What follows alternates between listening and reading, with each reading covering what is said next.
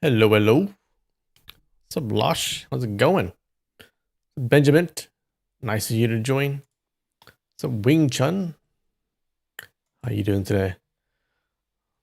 All right. Oh, let's go. Let's get into it. Let's finish these games quick. We can do it. I have a feeling. All right.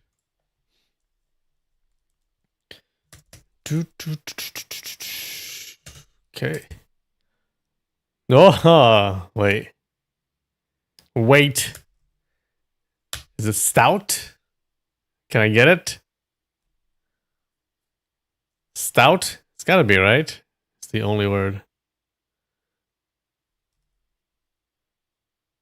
Ah! What did I say? What did I say? What did I say?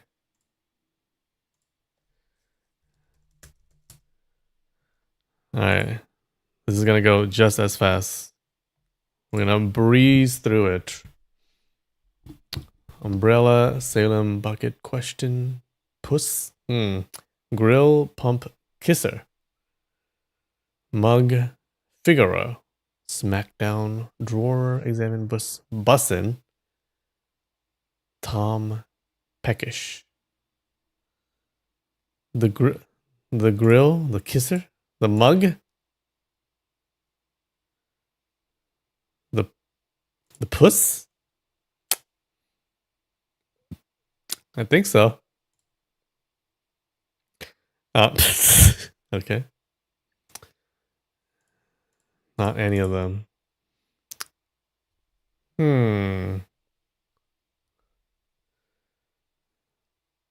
Grill and mug gotta be.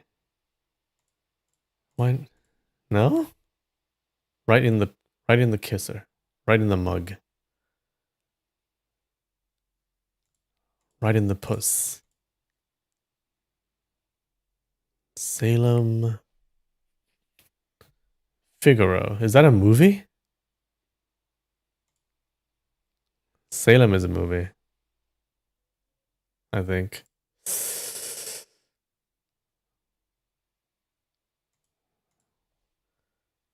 Bucket. Mug. Examine. Bussin?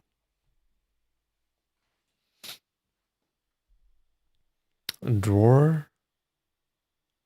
Peckish. Peckish. Feeling kind of peckish. Examine question. Pump. Pump him for information. And what?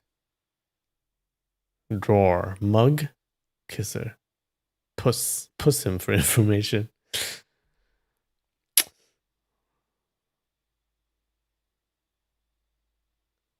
Huh. Huh.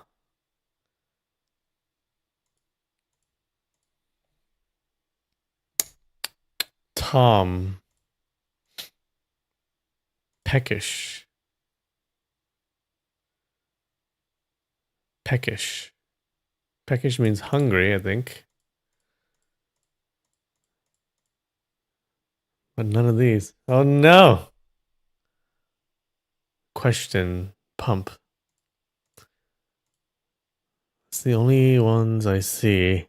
Puss. Mug. Mug him for information. Peckish. Tom. Drawer. Oh no. Right in the kisser.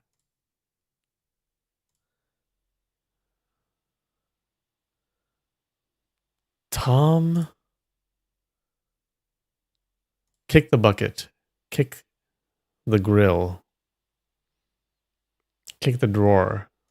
Close the drawer. Open the drawer.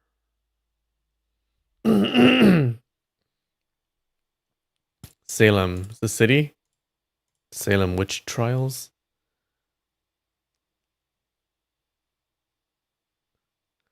I don't know. Okay, it's the only thing I'm going with. Puss. Question. Mug.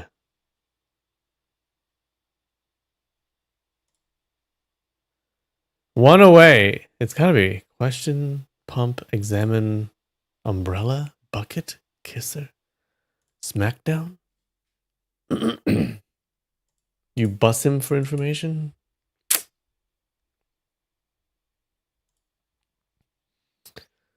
Grill. Oh, of course. Okay.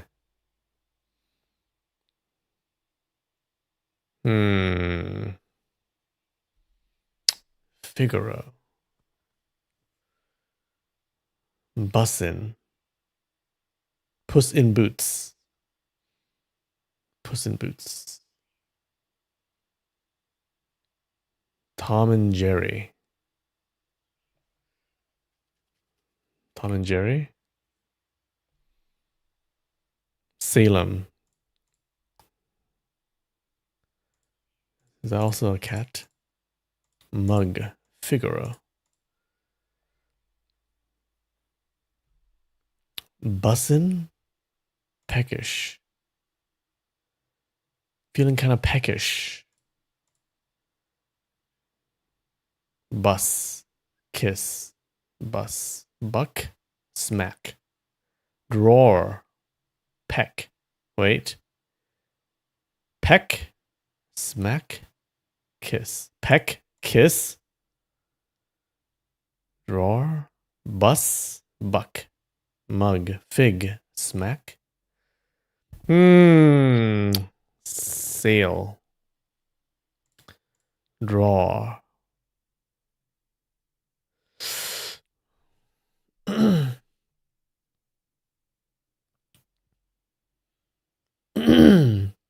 Umbrella. Kisser. I don't know.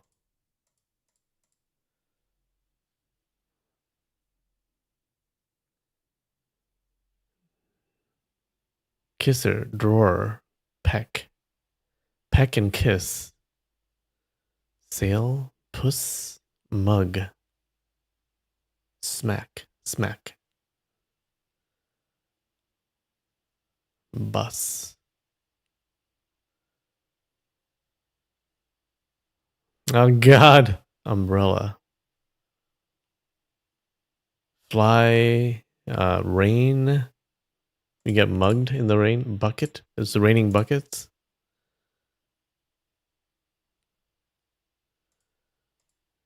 Peck.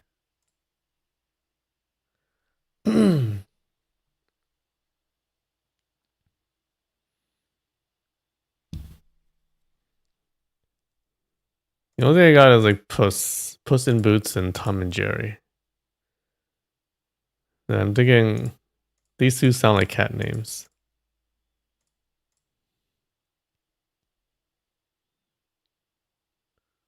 Mug, bucket, buck, mug. Kiss, peck, draw, buck.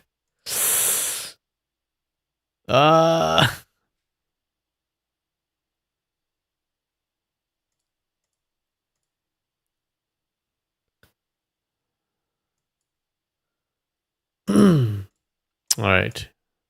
Unless mug is peckish. No. Okay. Figaro and Salem are total guesses. Why do I think Salem is a cat?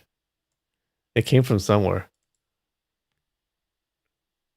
Draw, mug,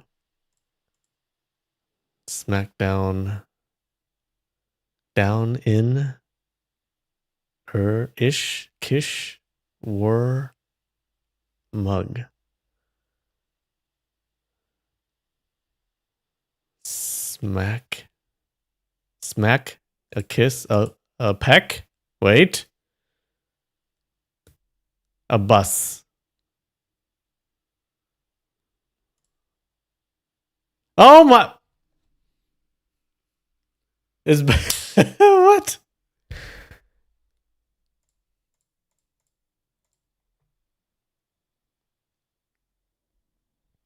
Things with handles. Oh. All right, you know, we got there at the end. I can't believe I got that.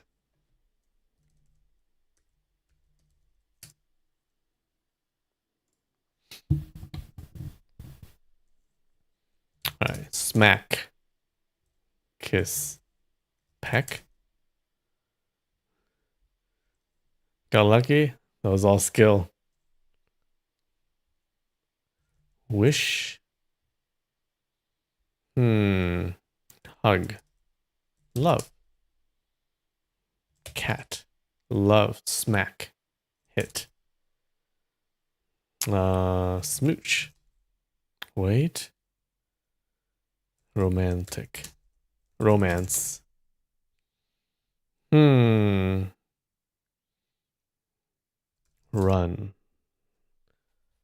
How about wrestle? Jump.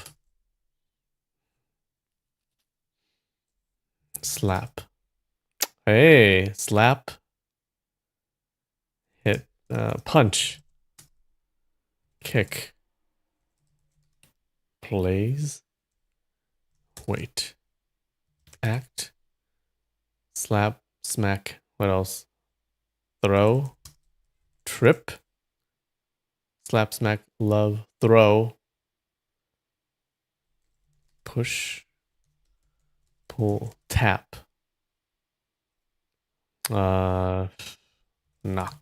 Tackle. Headbutt. Roll. Flip. Snag. Snap. Twist. Turn. Break. Chain. Slap, smack, love, throw. How about lift? Drop. Pinch.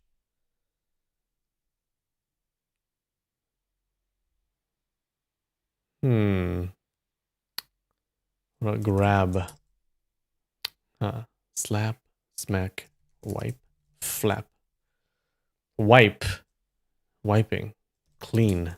What? Mr. Clean. Cleaning. Clear. What's up, rude noise? How's it going? Out. Disinfect.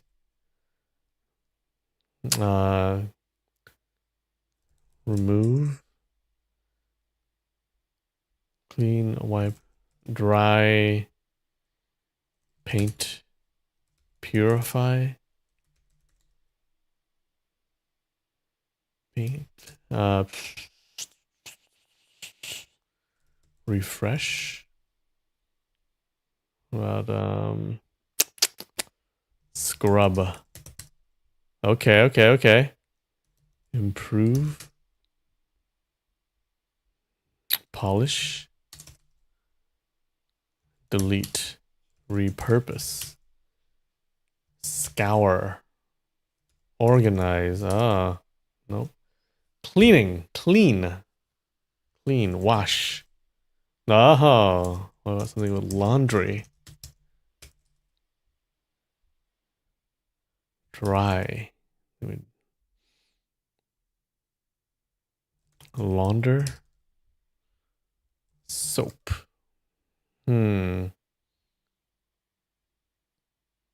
Wash. Clean. Brush. Soak. Soap.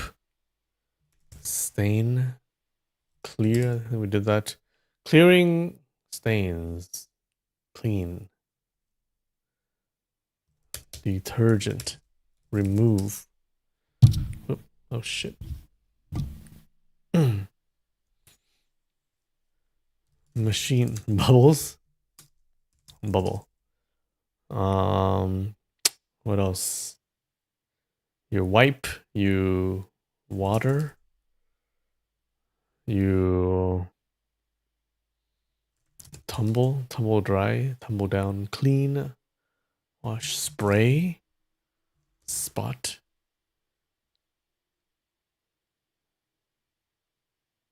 You rack. Dab. All right, clean, wash, bathe, bath, shower. No.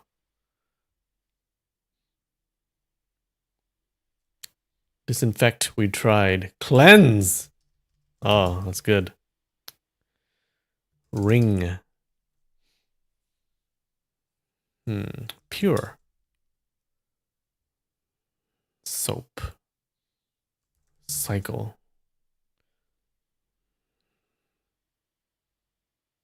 What about hand wash? Nope. Rinse. Washboard. Clear. We would try that. Clean, wash, clean. Clean is very, very high. Erase. Cleanse, we tried. Softener. Well, fabric. Hang.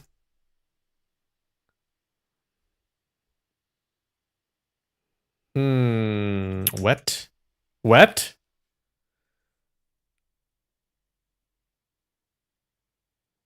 Bleach. No. Water, I think we tried that. Drown. Swim. No. Cleaning, washing, wetting, cleaning. What about cleaning? No. Washer. Dryer. Clean, scrub, spray. What else do you do? Cleaner? Cleaner. What about I think we tried detergent, right? Well, all purpose. Purpose.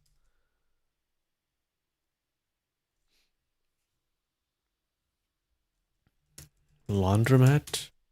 Dirty. Up. Oh! So good. Went the opposite way. All right, good job. Job loss. Condition.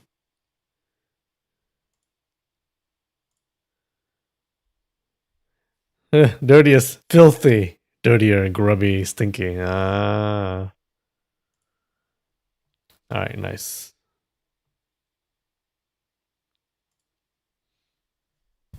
All right, not bad, not bad.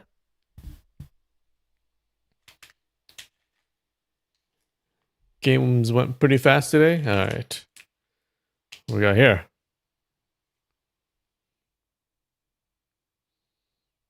You can watch the show with clean clothes now. Well,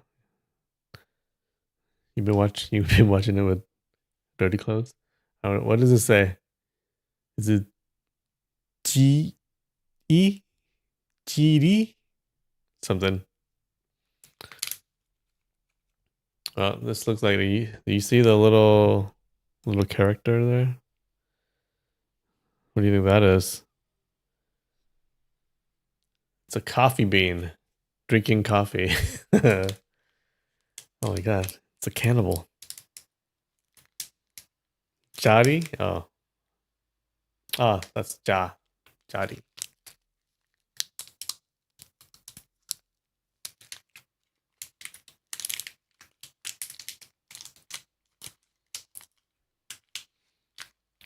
Are these just coffee beans? No, they're covered. Wait, are they? Wow, that's a strong coffee bean smell there. They're tiny.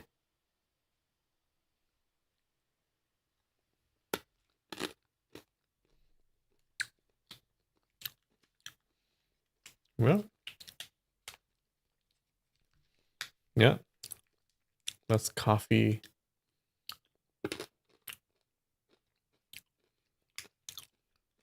It's coffee flavored. It's not the actual coffee beans though. Oh, not bad.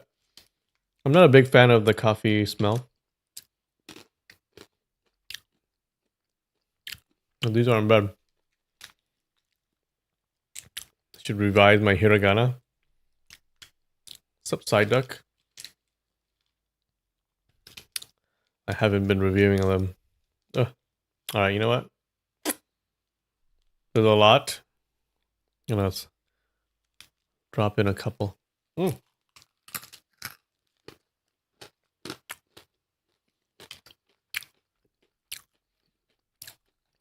Alright. Not bad. It's a little sweet. Just a little bit tiny sweet. But it's mostly coffee flavored. It's very strong. I'm gonna give it 7.1. Not quite 7.2. And 7 seems kind of low. So 7.1.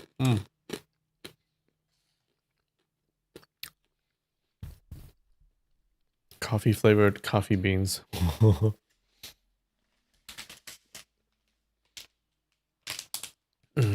right. Well, this should be good.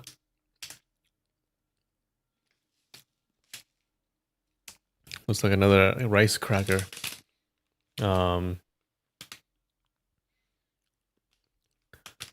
A lot of sugar. Yeah, it's like sugar covered. Says, what is this? Do tea? Do tea. Wait. Ki Tochi D? I have no idea.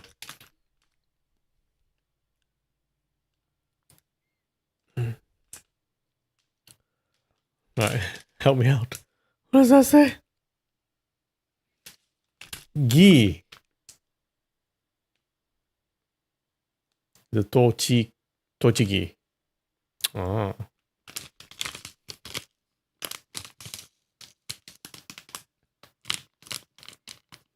Alright, wait.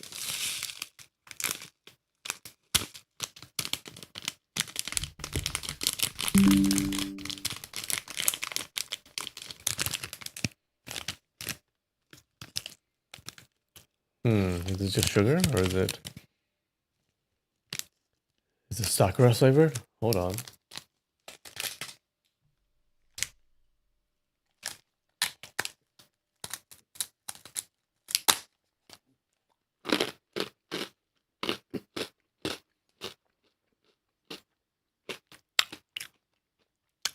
Good crunch.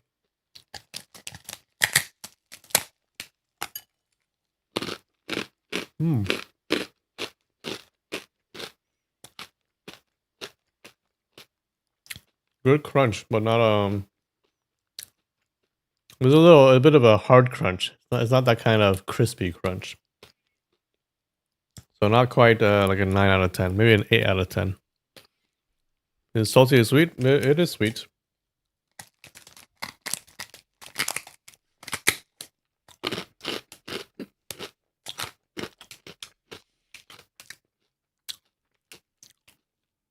Is it Sakura flavor? No, I think it's like maybe plum.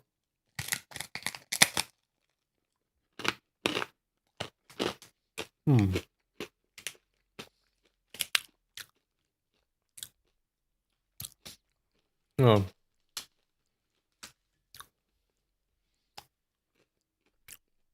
Alright.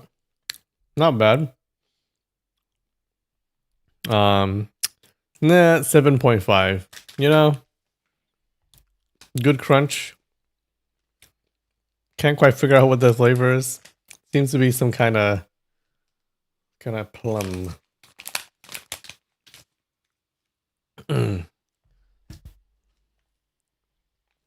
That's just my guess. All right. Look at this. Ah.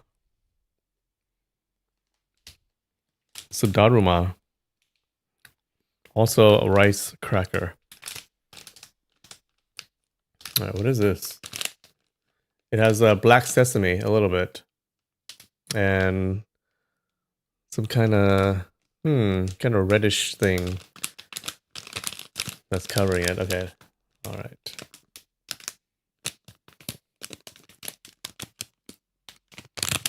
A Russian nesting doll? Oh, no. It's the Daruma doll. Oh, wait. Ah, okay.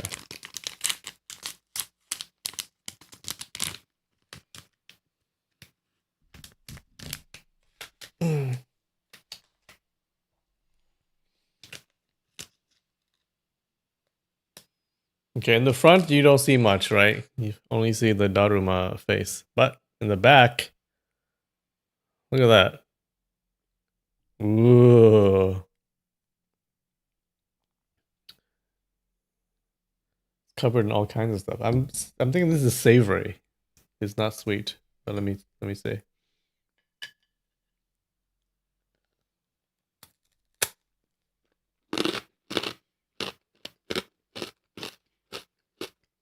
Mmm. Did not expect that. Chili. The red stuff is chili flakes. Okay. Some black sesame, some chili.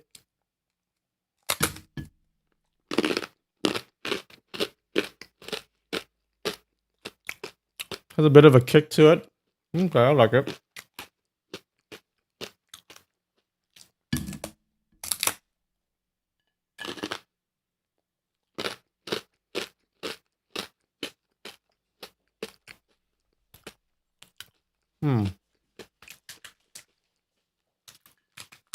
The crunch is just like the previous crunch. So like 8 out of 10. But I like the little chili flakes. Okay, not bad, not bad. This might be better than the previous one. Not sweet. It's salty. So I'm gonna say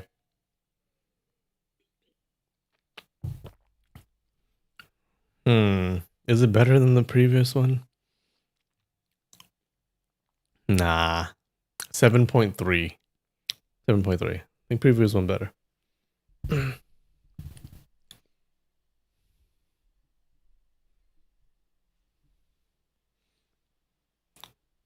You saw a possum walking next to your neighbor's house this morning? Ah! Ah! Did you say hi? Did you feed it? Don't point in my way, okay? Possums love my attic for some reason. Side out guessed 7.68. You know, coffee bean thing, not bad. I'm gonna finish it. I'll leave it a little bit.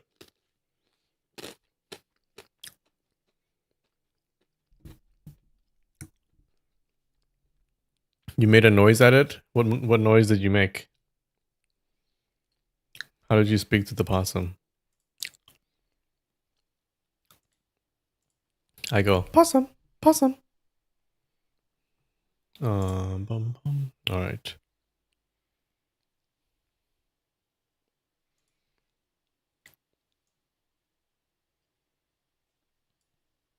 The noise you'd make to call a cat? Did you go like,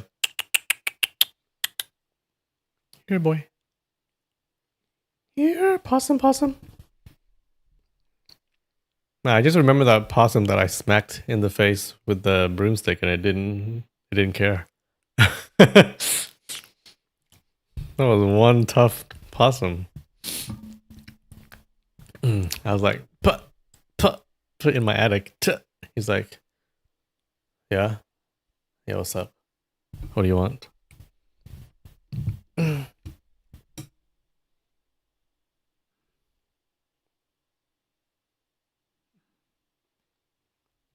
It's kind of small, not an adult. Okay. All right. All right, ready?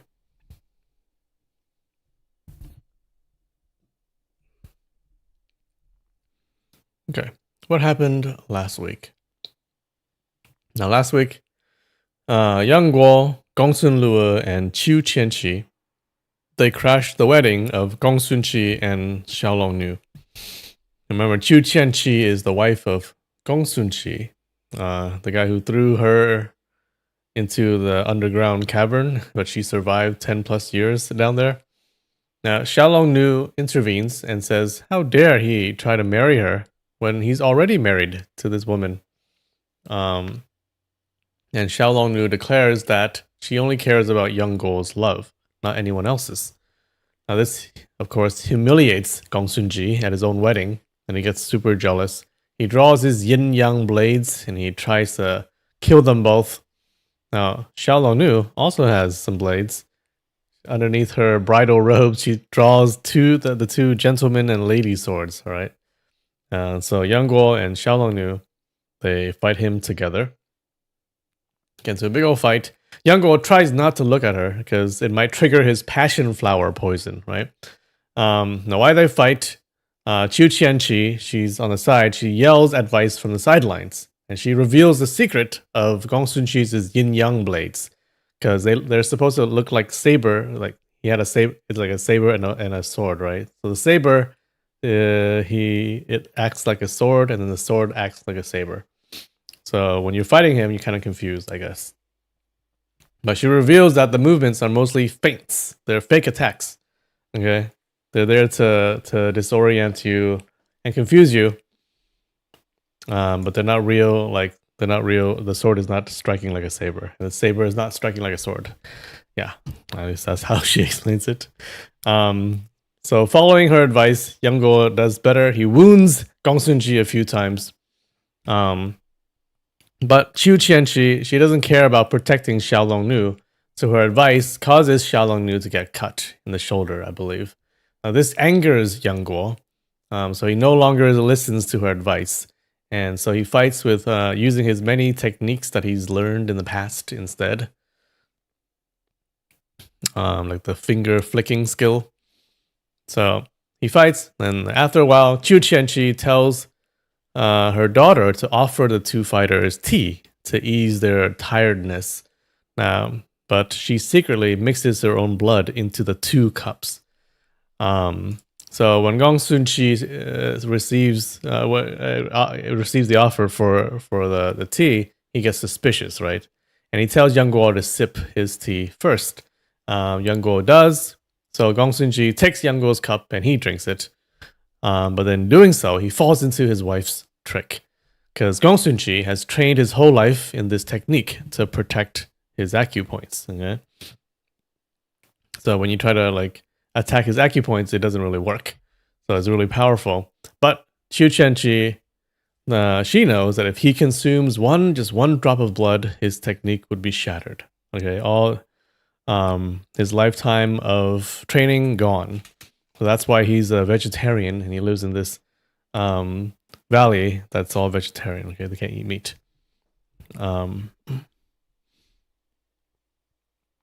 But once he realizes what happened, it was too late, and all his hard work is ruined. Now, Qiu Qianqi takes this opportunity to spit a date seed at him. Okay, she's been training this for 10 years, all right? And how to kill this guy with her date seed spitting skill. And she spits at him, and it blinds him in one eye. But it doesn't kill him, he runs away. Now, Yang Guo, after all this, he's like, okay, cool. The guy's gone. He tries to leave with Xiaolong Nu, but Qiu Qianqi doesn't let him. Okay, she says he must marry her daughter. Now, her daughter, Gongsun Lue, is horrified. But Yang Guo refuses, and they both refuse even when threatened. Now, Qiu Qianqi is kind of moved by their love, and she cries. And finally, she drops it, and she reveals that she has the last passionless pill to cure that passion flower poison that Yang Guo has. And she'll only give it to Yang Guo if he does this one task for her. And the task is to kill Guo Jing and Huang Rong, because they killed her brother. Now, Yang Guo gladly accepts because he was already going to do that because he thought they killed his father. So Qiu Qianqi gives him half of the pill, and she says she'll give him the other half when he completes the mission. But she tricks him because swallowing half the pill only speeds up the poisoning. So previously he had 36 days left to live, but now he only has 18. All right, so he has to complete his mission in 18 days. And who knows what's going to happen within those 18 days, right? Is he going to be like super just is he going to be like normally, like is he going to be like healthy the entire 18 days, or does he get progressively worse? I'm not sure. Anyways, he has 18 days to do it. So Yang Guo and Xiaolong Nu, they leave the Passionless Valley. Thank you. That arc has been completed. And that was it. How's that?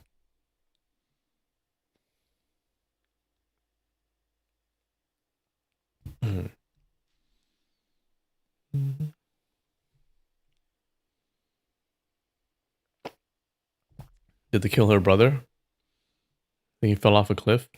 I don't remember what happened. Something to do with the eagles, right? Anyway, she believes that they killed the brother.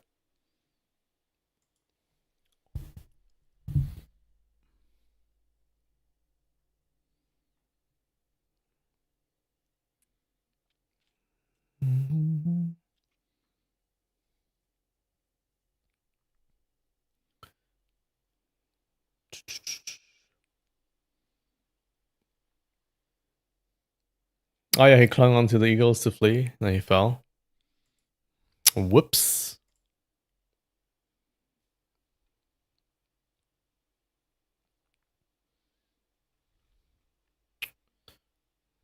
All right.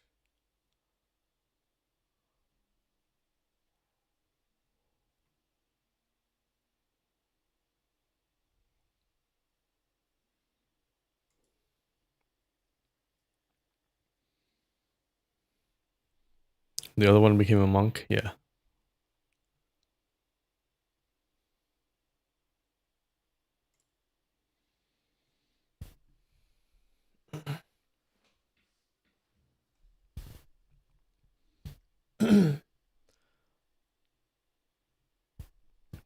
All right. So they were walking and they're happy, okay, because they're together.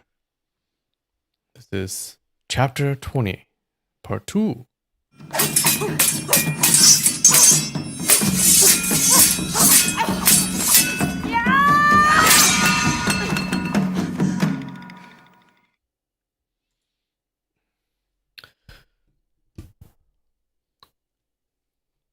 Yang Guo held Xiaolong Nu's hand and walked beneath a great locust tree. Auntie, he said.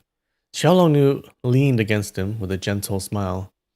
I think you shouldn't call me auntie anymore. Yang Guo had long ceased to think of her as his master. He only called her auntie out of habit. Hearing her say this, sweetness blossomed in his chest. He turned and gazed into her dark eyes. Then what should I call you? Whatever you like, Xiaolong Nu said. Anything at all. Everything is up to you. Yang Guo thought for a moment. The happiest days of my life were spent with you in the ancient tomb. Back then, I called you auntie, so I'll call you auntie till the day I die. Xiaolong Nu laughed. And when I spanked you back then, was that part of your happiness too? Huh? Wait, what happened? Yang Guo wrapped his arms around her, feeling the warmth of her breath mixed with the fresh scent of mountain flowers and trees. It made his heart and soul swim in bliss. He whispered, If we stay like this for 18 days, we'll die of happiness. Let's forget killing Guo Jing and Hong Rong. Instead of running around fighting for our lives, let's just live these 18 days quietly and joyfully.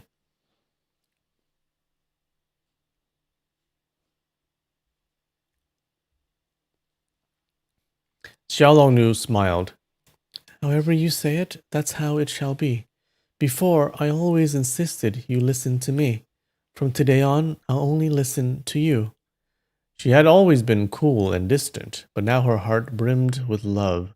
Every glance, every movement softened. She felt that obeying Yang Guo with her whole heart was the greatest joy of all. Yang Guo stared at her in wonder. why are there tears in your eyes? She took his hand and rubbed her cheek gently against the back of it. I I don't know, she murmured. After a moment, she said, It must be because I like you too much. I know you're sad about something, Young Guo said. Xiaolongnu lifted her head, and suddenly tears flowed like springs. She threw herself into his arms, sobbing, Guo'er, you, we only have 18 days. How can that ever be enough? Young Guo gently patted her shoulder. Yes, he said softly. I think it's not enough either.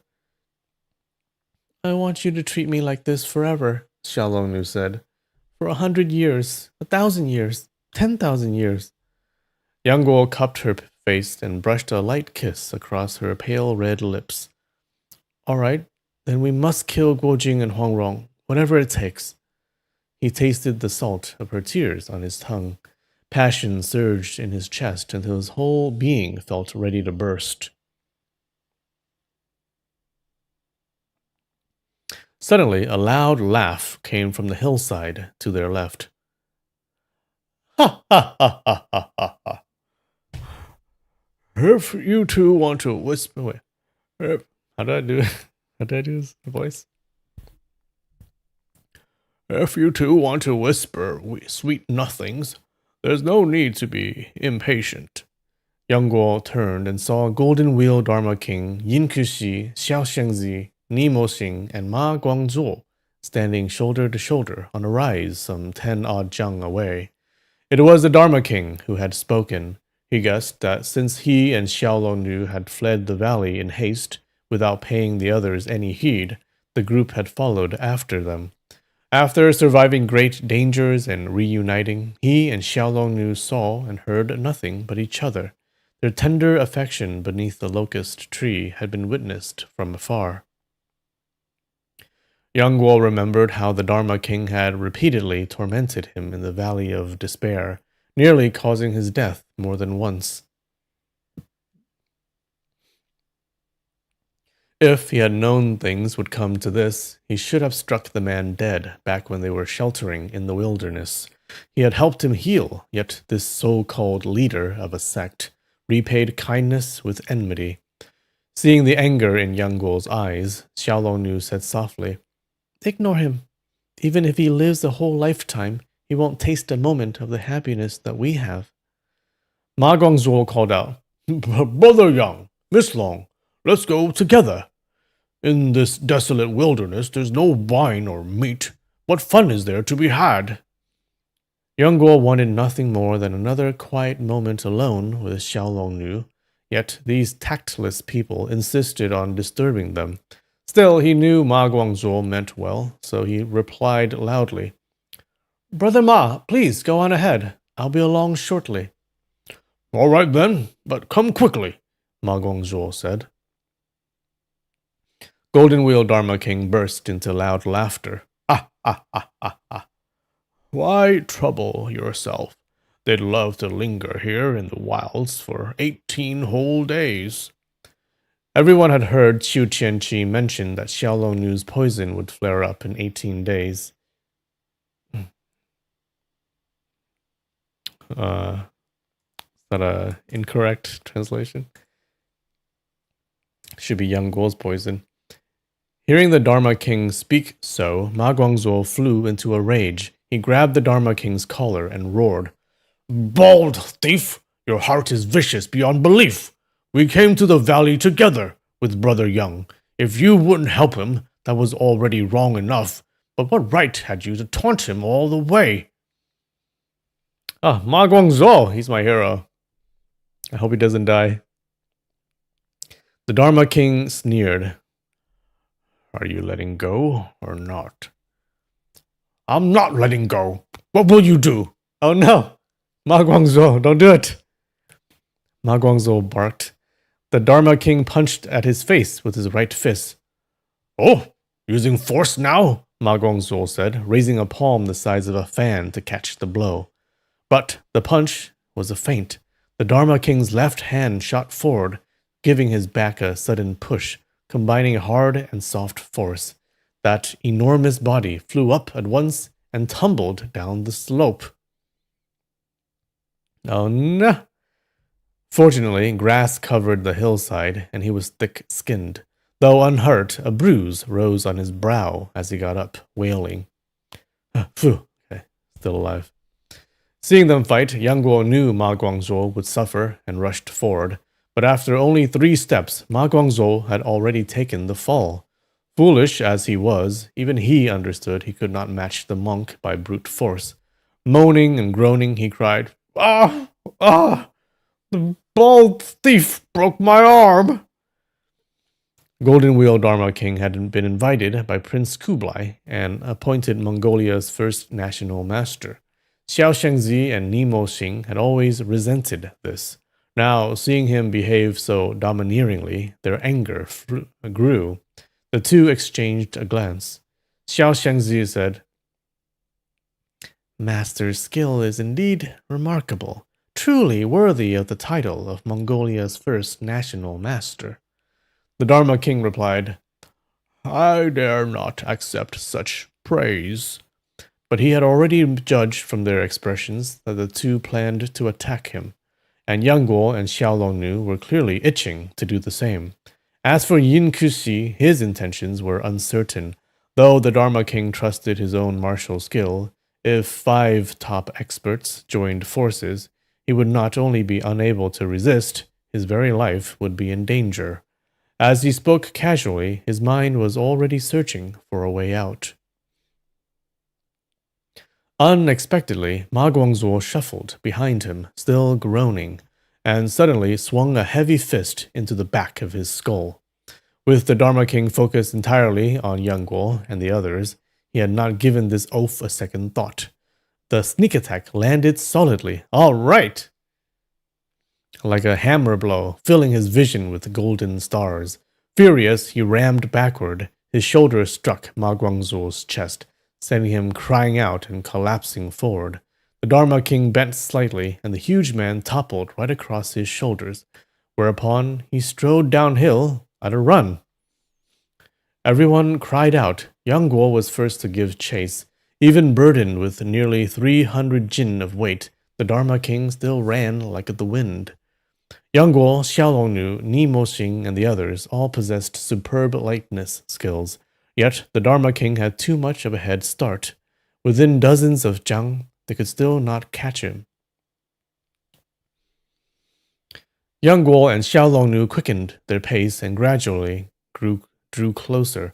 Suddenly, the Dharma King halted. He turned his head with a cruel grin. "Well, are you coming at me all together, or one at a time?" He hoisted Ma Guangzhou upside down, aiming his head toward a rock at the edge of the slope, as though to smash it down. Yang Guo circled behind him to cut off his retreat. "If you kill him," he said, "we'll attack together." The Dharma King laughed and tossed Ma Guangzhou to the ground. "Ha ha ha ha! Is such an oaf worth taking seriously?"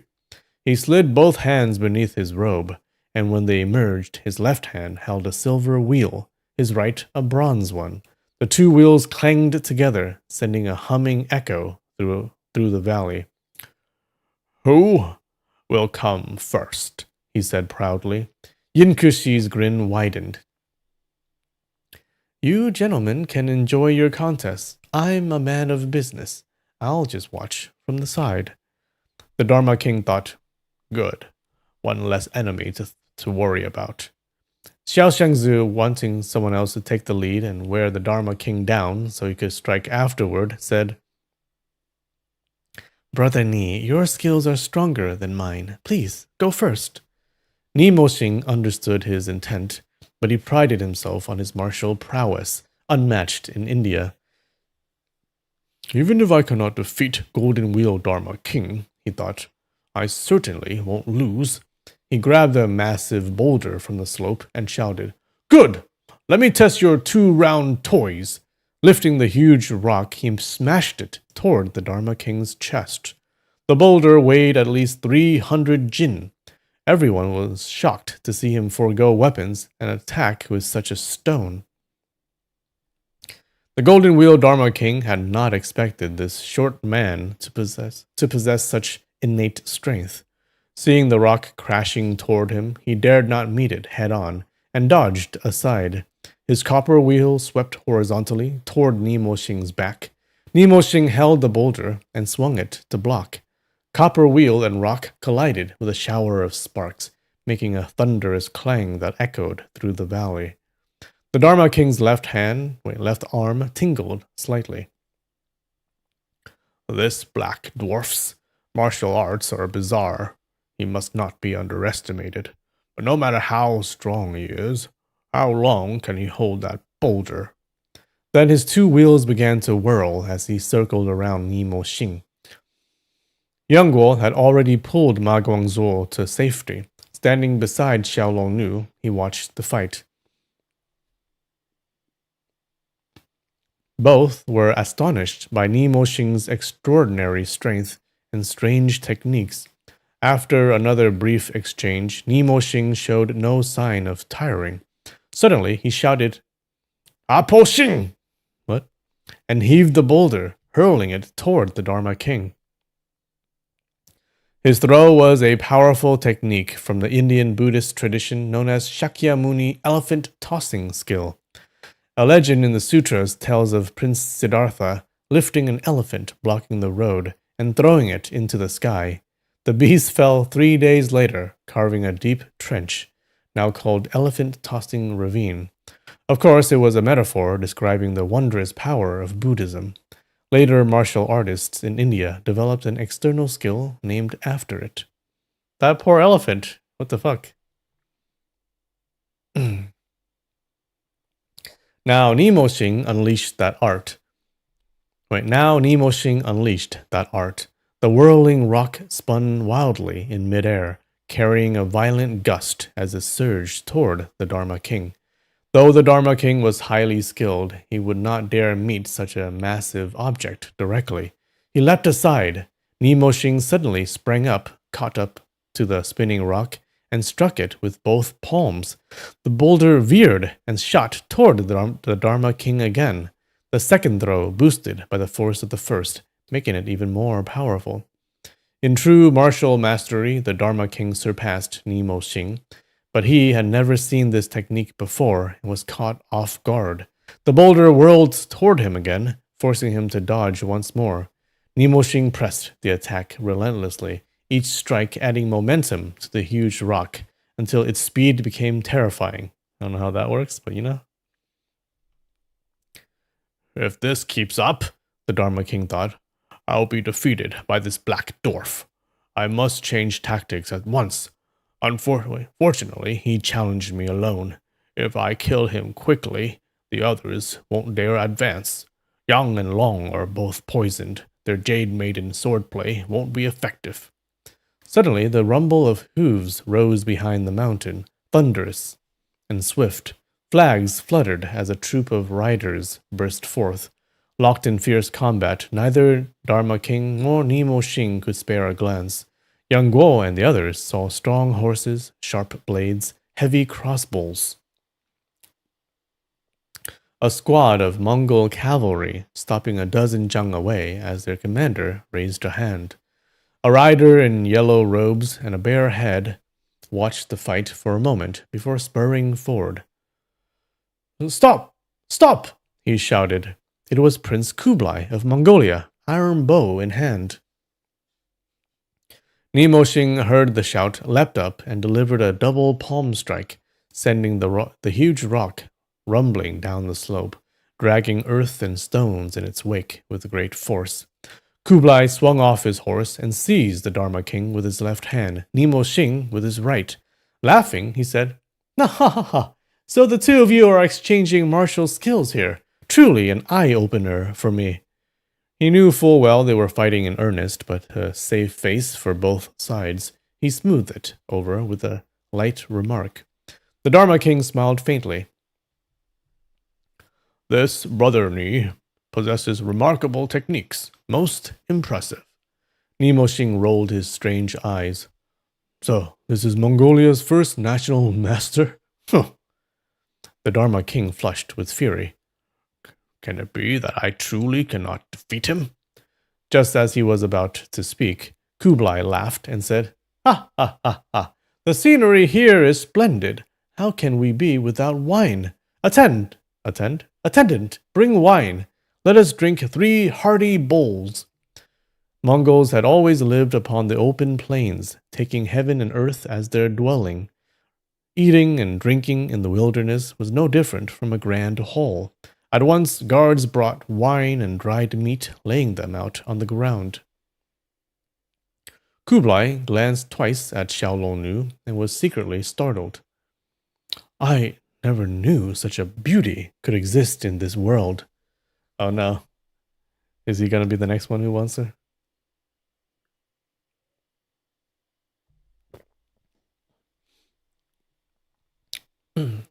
Seeing her stand hand in hand with Young Guo, close and intimate, he asked, "Who is this young lady?"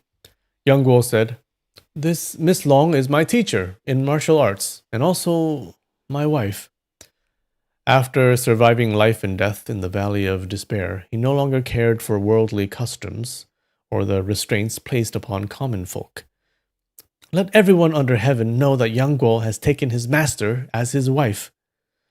The Mongols cared far less for Confucian rules about respecting teachers or strict separation of men and women, so Kublai was not surprised.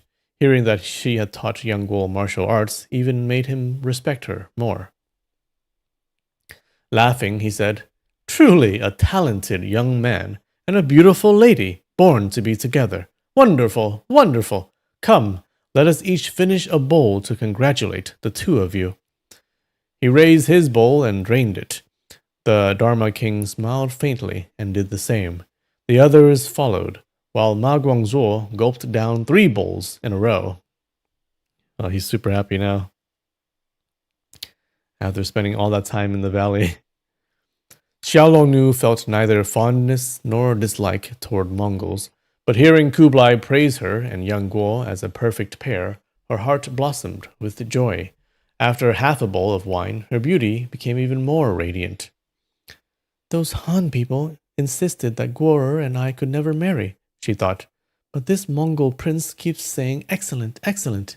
It seems Mongols really do have better insight." Kublai laughed. "You gentlemen have been missing for 3 days, and I was quite worried. But the military situation at Xiangyang is urgent, and I could not wait for you. I have already left word in the main camp, asking all of you to go at once to serve at the Xiangyang front. To meet you here today by chance, what a delight." The Dharma king asked, "Your Highness, is our army's assault on Xiangyang proceeding smoothly?" Kublai frowned. "The city commander, Cheng Wunde, is mediocre. The only person I fear is Guo Jing." Oh no. Yang Guo's heart jolted. "Guo Jing is truly in Xiangyang?" he asked. Kublai said, "Guo Jing is, in a manner of speaking, my elder. When he was a boy, he and my father swore brotherhood 8 times. He was my grandfather Genghis Khan's most beloved general. Wise, brave, unmatched. He led expeditions deep into the western regions, winning repeated victories. My father once told me, 'The southern Song has a foolish ruler and corrupt ministers. Their soldiers are timid and weak. Though numerous, they can never match our Mongol cavalry. But if you encounter Guo Jing, you must be extremely cautious.' Alas, my father truly foresaw it. Our forces have besieged Xiangyang for a long time without success, always because this Guo Jing interferes." Yang Guo rose to his feet. "That Guo fellow and I have an unending, blood-deep hatred. Permit me to kill him." Kublai was delighted. "That is exactly why I have summoned heroes like you. But I've heard this Guo Jing is the foremost martial expert among the Han, and he has many capable allies. I've sent assassin after assassin. None returned alive. Some were captured, some killed. Though Brother Yang is brave and skilled, one man cannot break Xiangyang alone. I wish all of you heroes to infiltrate the city together and strike as one. Once he dies, Xiangyang will fall into our hands. Golden Wheel, Xiao Shangzi, and the others rose together and cupped their fists. We are willing to serve your highness with our utmost strength. Kublai was overjoyed. Whoever succeeds in assassinating Guo Jing will earn immense merit along with his companions. But the one who strikes the blow, I shall report his service to the great Khan himself. He will be granted a noble title and honored as the first hero of the great Mongol nation. Xiao Shangzi, Ni Moxing, and the others cared little for titles of duke or marquis, but to be named the first hero of the Mongol Empire, renowned across heaven and earth, was the dream of a lifetime. Mongolia's might now shook the world. Its lands stretched for tens of thousands of li, controlling 2/3 of China and vast reaches of the west. From the empire's heart to its borders, a swift rider took a year to cross. To be recognized as its greatest warrior, heroes everywhere would bow in admiration. Everyone's spirits surged, even the Dharma King's eyes gleamed. Yang Guo smiled bleakly and slowly shook his head. Xiao Longnu looked at him with infinite tenderness. What need has he of noble titles, she thought, or of being the world's greatest hero? I only wish for him to live, well and unharmed. After several more bowls, everyone rose. Mongol warriors brought forward their horses. Yang Guo, Xiao Longnu, the Golden Wheel Dharma King, and the others mounted and followed behind Kublai, galloping south toward Xiangyang. Along the way, they saw village after village deserted, bones scattered everywhere. Mongol soldiers slaughtered Han folk wantonly. Yang Guo burned with anger and wished to intervene, but could not embarrass Kublai. Once I kill Guo Jing and Hong Rong, he thought, I must slaughter a few of these cruel Mongol soldiers to ease my heart. Within a few days, they reached the outskirts of Xiangyang.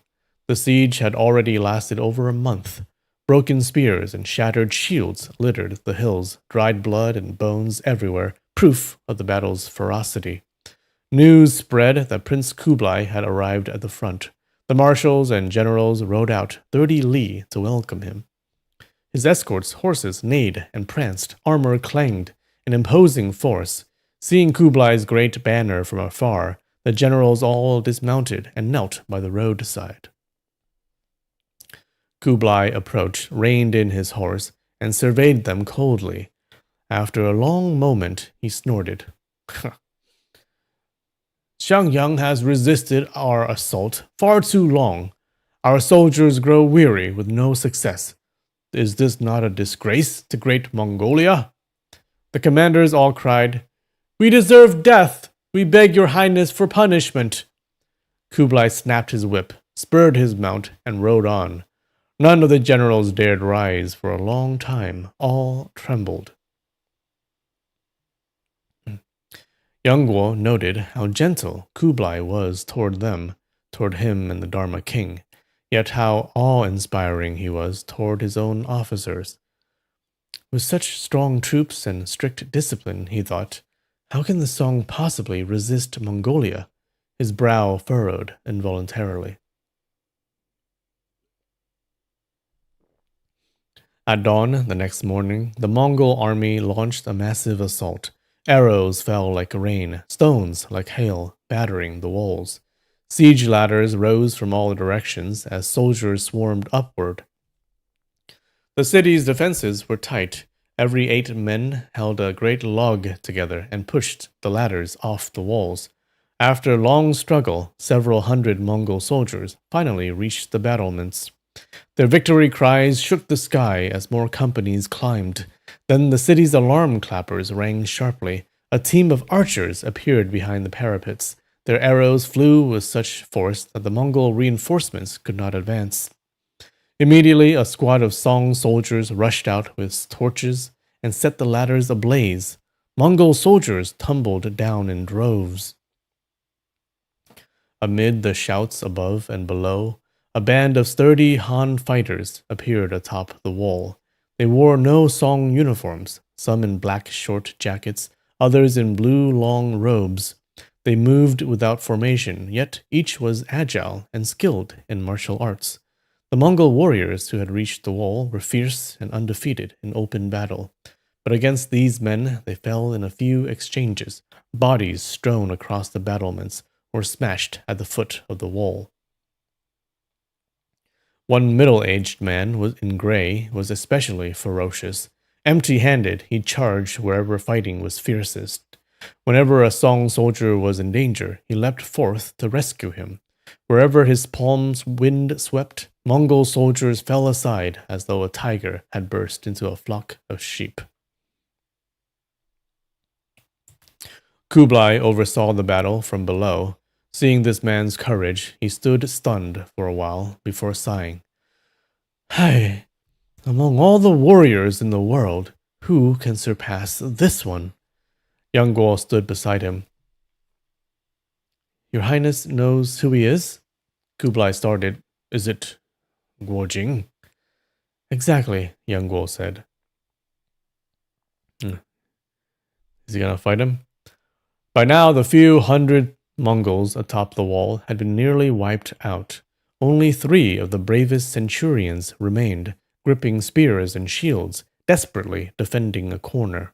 The commander blew the horn and led more troops up, hoping to rescue the 3. Guo Jing let out a long roar and strode forward. One centurion thrust his spear. Guo Jing seized the shaft and pushed. At the same time, his left foot shot out, kicking the shield of another centurion. Brave as they were, they could not withstand such power. Both flipped over the battlements and fell to their deaths. The 3rd centurion, older with gray hair, knew he would not survive. Brandishing his long saber, he hacked wildly like a maddened tiger. Guo Jing's left arm shot out, gripping his wrist. His right palm was about to strike when he suddenly froze. The centurion had recognized him as well and cried, Golden Blade Consort, it's you! He was one of Guo Jing's old subordinates from the Western expedition, one of the first brave men who had leapt into Samarkand when Huang Rong seized the city. Guo Jing suddenly recalled old ties and called out, Ah, you are Ordo. The centurion, seeing that Guo Jing remembered his name, was moved to tears. Yes, that's me, your humble servant, he cried. Guo Jing said, Good. For the sake of our past friendship, I'll spare your life today. If you fall into my hands again, don't blame me for showing no mercy. He turned to his men. Bring a rope and lower him down.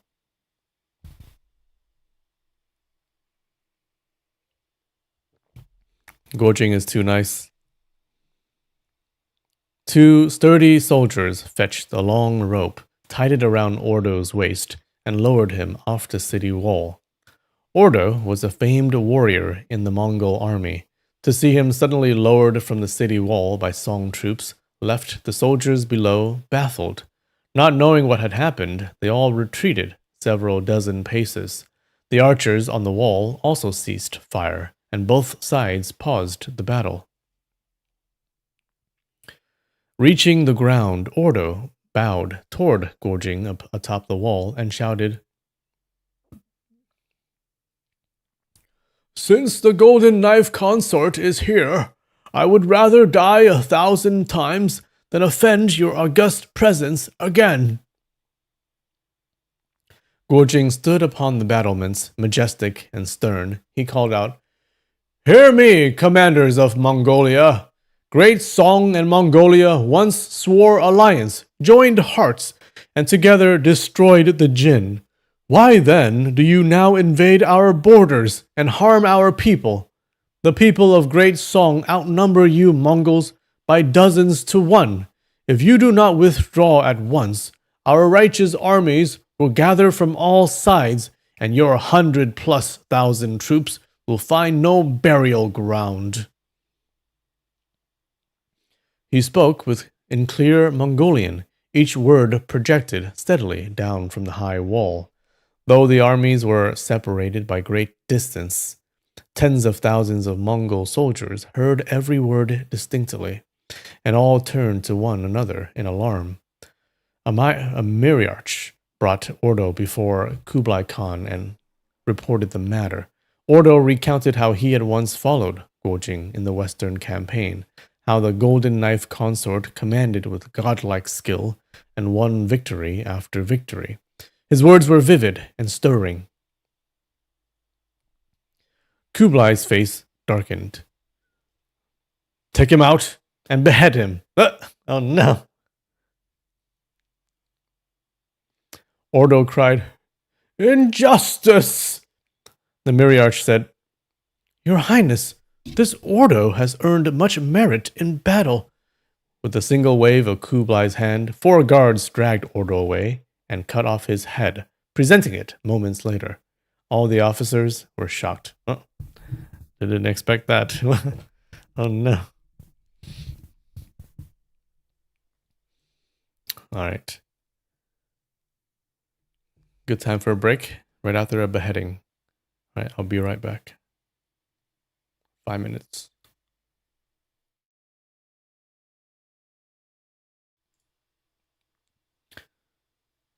All right, we're back. Oh no, poor guy. Got beheaded.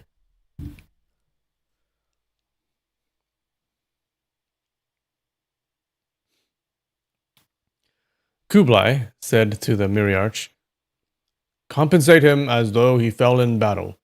Grant his wife 10 caddies of gold, 30 slaves, and 300 head of livestock." The Miriarch, bewildered, answered, Yes.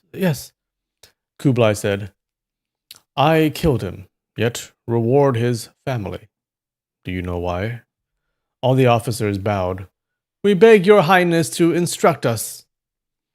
Kublai said, "This centurion knelt to Guojing and praised his might, shaking our soldiers' morale. Should he not have been executed? Yet he also charged bravely to the forefront and fought to the last. Should he not be rewarded?" Wow, so deep, Kublai. All officers prostrated themselves, but after this, the morale of the Mongol army plummeted. Kublai knew that even if he pressed the assault again, he would gain nothing but further loss. Seeing the thousands of elite corpses piled beneath the walls, he felt deep resentment. Yet the walls of Xiangyang were sturdy, and its defenses tight. There was no opening to be found. He sighed and ordered a retreat of 40 li. 2 guards exchanged glances. "Let us ease your highness's worries and blunt the southern barbarians' pride." They leapt onto their horses, galloped to the city, drew their iron bows, and shot 2 wolf-toothed, eagle-feathered arrows straight at Guojing. Their riding was superb, their archery flawless. Horses flew like the wind. Arrows flashed like lightning. Before anyone could even cry out, the arrows were already upon Guojing's chest and abdomen. He seemed unable to evade, yet suddenly he swept his hands inward. Each hand caught one arrow. With a flick, he hurled them back down. The 2 guards had not even begun to wheel their horses when the returning arrows struck them straight through the chest. Both toppled to the ground. Yeah, you can't beat Guojing with 2 arrows. What are you thinking? The song troops on the wall erupted in thunderous cheers, beating their war drums in triumph. Kublai retreated northward, heavy-hearted. After the army had marched several li, Yonggol said, "Your Highness need not worry. I will enter the city and take Guojing's life." Kublai shook his head. "Guojing possesses both wisdom and courage. His reputation is well deserved. Seeing him today, I find the matter even more troublesome." Yonggol said, "I lived in Guojing's home for years and have rendered him service. He has no suspicions of me. As the saying goes, the open spear is easy to dodge. The hidden arrow is hard to guard against." Kublai said, But during the assault, you stood beside me. He may have seen you from the wall.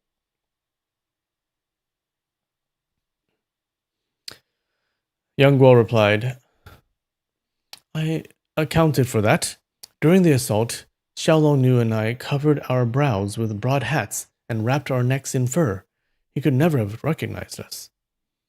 Kublai said, If this is so, then I await your great merit. The promised rewards shall not be denied. Yang Guo offered thanks and was about to turn and take his leave with Xiaolong Nu when he noticed Golden Wheel Dharma King Xiao Shengzi, Yin Kuxi, and the others all wearing uneasy expressions. A thought struck him. They all fear that if I assassinate Guojing and claim the title of Mongolia's foremost warrior, they'll lose their chance at glory. They'll certainly try to hinder me. He said to Kublai, Your Highness, I must report one thing. I go to kill Guojing for personal revenge, and also to take his head in exchange for the life-saving medicine. If heaven favors me and the matter succeeds, I absolutely do not dare accept the title of Mongolia's #1 warrior. Kublai asked, Why is that? Yang Guo replied, My martial skills are far inferior to those present. How could I claim such a title? Your Highness must grant me this promise, or I dare not set out. Kublai saw that his words were sincere and aligned with his true intention. Observing the others' expressions, he understood Yang Guo's concern. Very well, he said. Each man has his own aspirations. I will not force you. Golden Wheel and the rest looked visibly relieved. Yang Guo turned his horse and rode toward Xiangyang with Xiaolong Nu. Along the way, they discarded their fur cloaks and wide hats, returning to Han attire. By the time they reached the city walls, dusk was falling. The gates were shut tight, and soldiers patrolled the battlements with torches. Yang Guo called out, My name is Yang Guo. I have come to pay respects to Senior Guo Jing. The officer on the wall heard him and, seeing only a lone young man and woman, immediately reported to Guo Jing. Soon two young men appeared atop the wall and looked down. One of them called, So, it's Brother Yang. Are there only the two of you? Yang Guo recognized the Wu brothers and thought, Guo Jing killed my father. Were their father and uncles involved? He said, Brother Wu, second Brother Wu, is Uncle Guo in the city?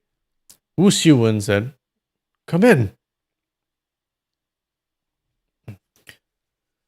Which one's the fat one?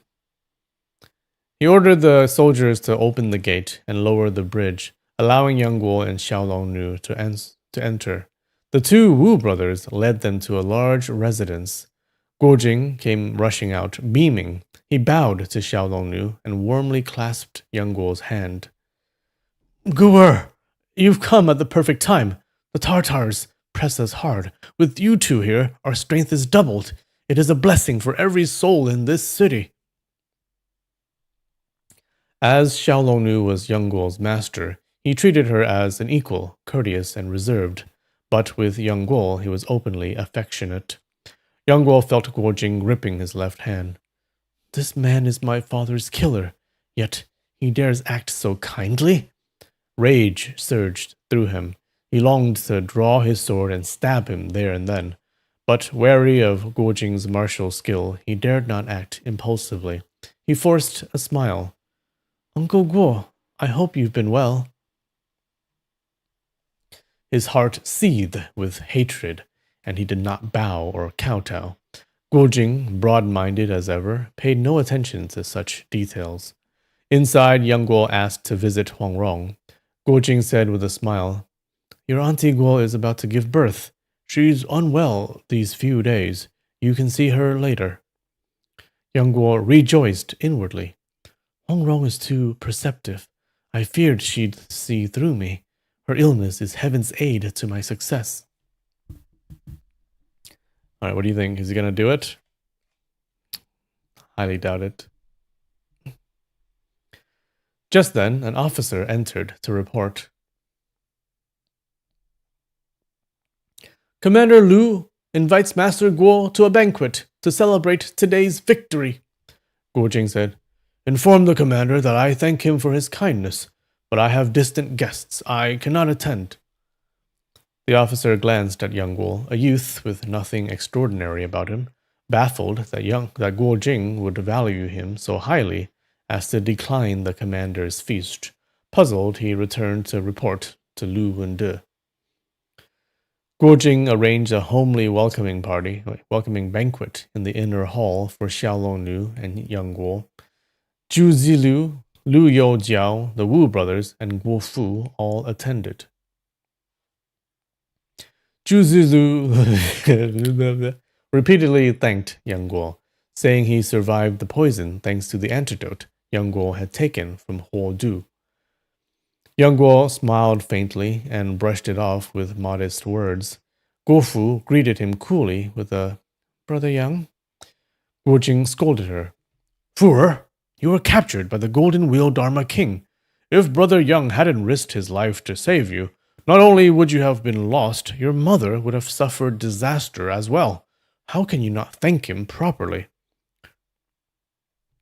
Guo Fu rose. Thank you, Brother Yang, for saving me that day. Yang Guo said, We're all family. There's no need for thanks. Guo Fu sat down without another word, her brows slightly furrowed, weighed down by unspoken concerns. The Wu brothers also avoided meeting Yang Guo's eyes. Yeah, because she's supposed to be married to him. Only Lu Youjiao and Zhu Ziliu were in high spirits, speaking animatedly of the day's great victory over the Tartars. By the time the feast ended, the night watch had begun. Guo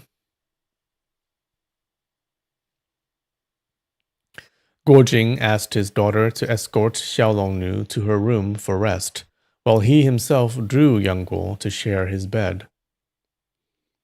Oh, no! As Xiaolongnu entered the inner quarters, she cast Yang Guo a glance, reminding him to be careful. Her expression was tender and full of concern. Yang Guo, fearing she might see through him, turned his head away, not daring to meet her eyes.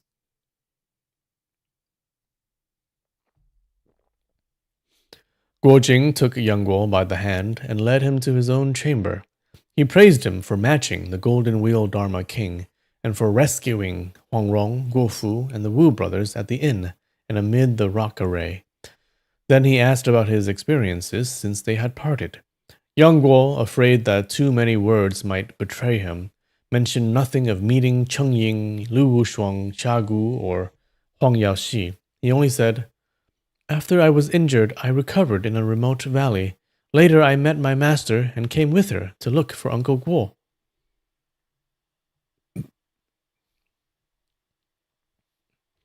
As he removed his clothes and prepared for bed, Guo Jing said, Guo, the enemy presses hard upon us. The realm of Great Song is truly as fragile as an egg beneath a rock. Xiangyang is the shield of half our land. If this city falls, countless people of Great Song will become slaves of the Mongols. I have seen with my own eyes their cruelty toward other peoples, enough to make one's blood boil. At these words, Yang Guo remembered the Mongol soldiers' atrocities he had witnessed along the way. His teeth clenched until they grated, anger surging through him. Guo Jing continued, Why do we train in martial skill? To uphold justice and aid the distressed. Yes, that is our duty, but it is the lesser path of chivalry. People in the martial world call me Guo the Great Knight, not because of my personal deeds, but because I stand here defending Xiangyang for the sake of the nation and the common people, risking my life without hesitation. Yet my abilities are limited. I cannot truly ease the people's suffering. I am far from worthy of Great Knight. You are 10 times more intelligent than I. Your achievements will surely surpass mine. I only hope you keep in your heart these 8 words. For the nation, for the people. This is the highest chivalry. May you one day become a true knight, honored by all. How do you kill him now, huh? Huh? His words were earnest and sincere. Young Guo was shaken. Seeing Guo Jing's solemn expression, he could not help but feel a pang of respect, even knowing him to be his father's killer. He replied, Uncle Guo, after you die, I will remember every word you said tonight. Guo Jing never imagined young Guo intended to kill him that very night. Oh no! He stroked his head and said, okay, I think he's gonna die. Is he gonna die? Yes. Give your all unto death. If the nation is destroyed, your Uncle Guo's life will be hard to preserve. I hear Kublai is skilled in war. Though he withdrew today, he will surely return. In the coming days there will be a bloody battle. Let us meet it boldly. It is late. Let us sleep. Young Guo answered, Yes. He lay down, slipping the dagger from Passionless Valley beneath his clothes. Once he sleeps deeply, I'll strike from within the blankets. Even with his skills, he cannot escape a blade at such close range. Guo Jing had exhausted himself in battle that day. He's gonna die. He fell asleep the instant his head touched the pillow. Young Guo, full of turmoil, could not sleep. Lying on the inner side of the bed, he listened to Guo Jing's slow, steady breathing, each breath long and even, and was involuntarily impressed at his profound inner strength. After a long time, hearing only the distant clatter of night watch gongs, he quietly sat up and drew out the dagger. Once I kill him, I'll go kill Huang Rong too. A woman about to give birth, what resistance can she offer? When all is done, Auntie and I will return to Passionless Valley for the other half of the pill. Then we'll hide away in the ancient tomb and enjoy a peaceful life. Who cares whether the world belongs to Song or Mongolia? Pleased with his plan, he suddenly heard a child crying in the neighboring room. Then a mother's voice soothed the child until it fell asleep.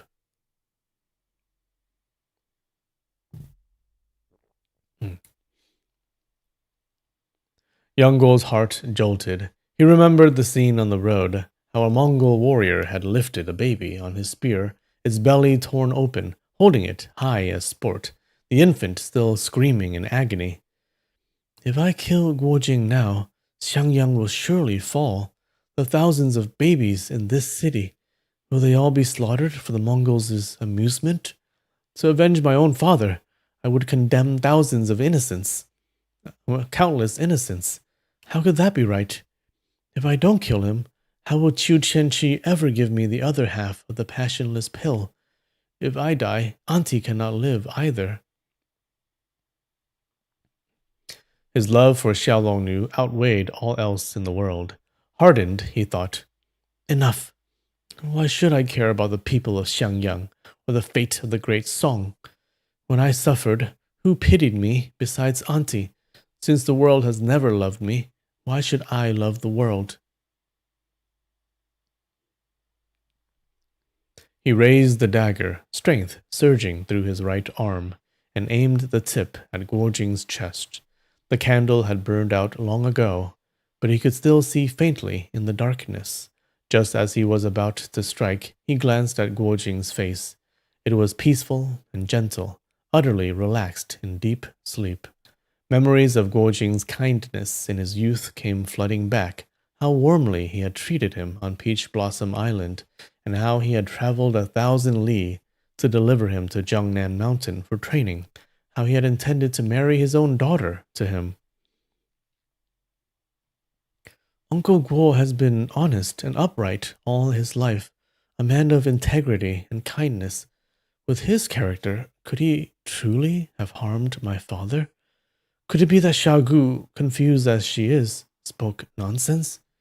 If I stab him now and kill a good man by mistake, that would be a sin beyond redemption. Wait, I must make sure before acting. He slowly withdrew the dagger and quietly reviewed every past encounter with the Guo couple. He recalled Hongrong's frequent coldness toward him, how she and Guojing often stopped their conversations when he appeared. Clearly, they were hiding something important from him. If Auntie Guo took me as her disciple, why teach me only reading and never a shred of martial skill? Uncle Guo treats me with such affection. Could it be guilt for killing my father? But if he truly killed him, why would he feel no suspicions of me, share his bed with me, and give me the perfect chance to strike him down? Staring at the canopy above, his thoughts churned ceaselessly. Even in sleep, Guojing sensed the agitation in young Guo's breathing. He opened his eyes. Guo, what's the matter? Can't sleep? Young Guo flinched. It's nothing. Guojing smiled. If you're not used to sharing a bed, I'll sleep on the table. Young Guo quickly said, No, it's fine. Guojing said, Then sleep. A martial artist must keep his mind calm. Young Guo murmured, Yes.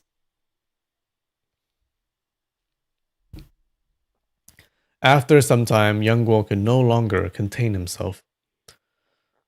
Uncle Guo, the year you took me to Chongyang Palace to learn martial arts, at Niutou Temple, at the foot of Zhongnan Mountain, I asked you a question. Guojing said, What is it? That day you struck the stone tablet in anger and caused the Chenjin priests to misunderstand. Do you remember what I asked? Guojing thought for a moment. Ah, you asked how your father passed away. Young Guo stared fiercely at him.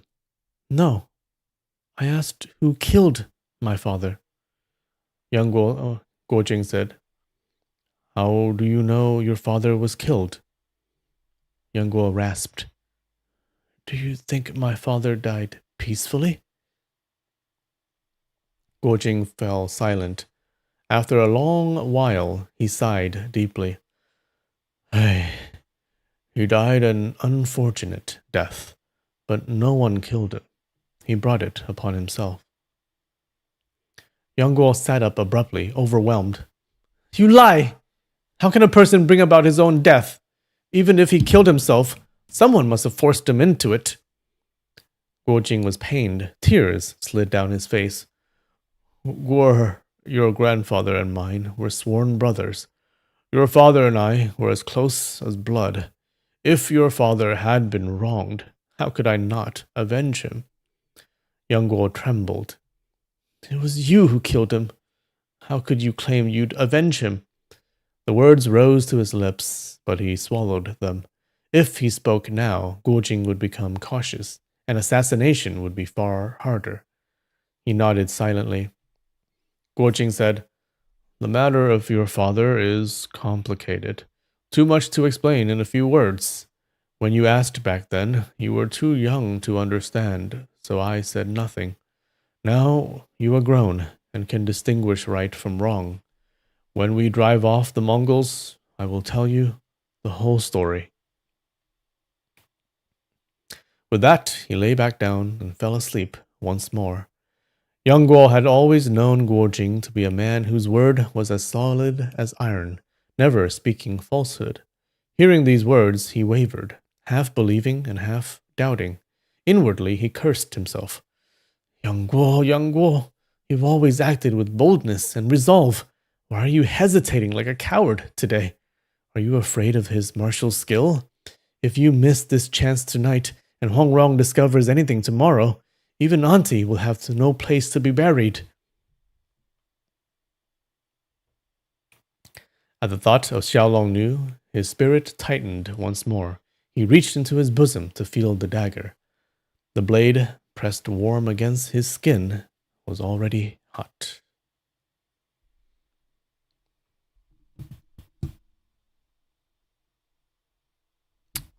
All right, and that's it. Wow. What does that mean? What does that mean?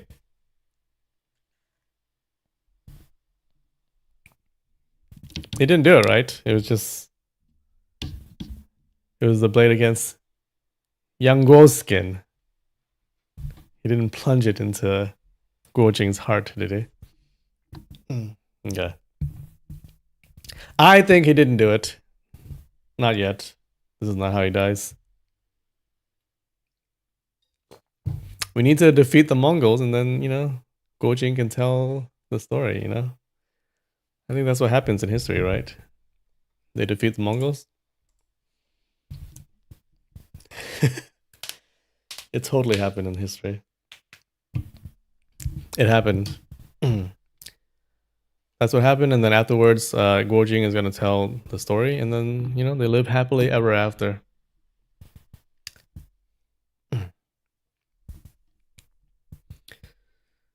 The Mongols invaded Song? Nah, it didn't happen. That did not happen. What happened was Song repelled the Mongols, and they defeated them. Yeah, Yang Kang's death is pretty easy to explain. I can look it up. I know, Losh. It was a joke. He didn't die, right? I think this just means the blade pressed warm against his skin was already hot. It just means that it was pressed against Yang Guo's skin. So, anyways, well, I guess we're left with a cliffhanger. No! Well, I'm excited. My theory is that it did not happen. I don't think so. I don't think he dies now.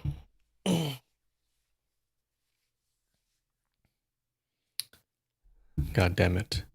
All right. Well, I'm excited for the next time, okay? Done. Because that did feel like at the beginning of that scene, it did feel like an ending speech. Like a speech that a character would give before he dies. Didn't it feel that way? So I had like a little sense of foreboding. Before going into it, I was like, nah, it can't happen. He wouldn't. He would not. But when that scene started, I was like, oh shit, maybe he will. Yeah.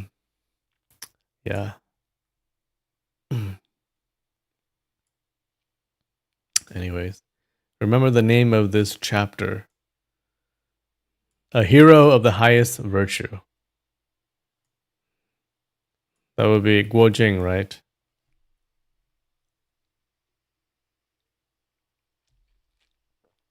Anyways, all right. God damn it. All right. Well, tune in next time. We'll see what happens. I'm excited. Well, thanks for joining. I love you. I'll see you next time. All right. Bye.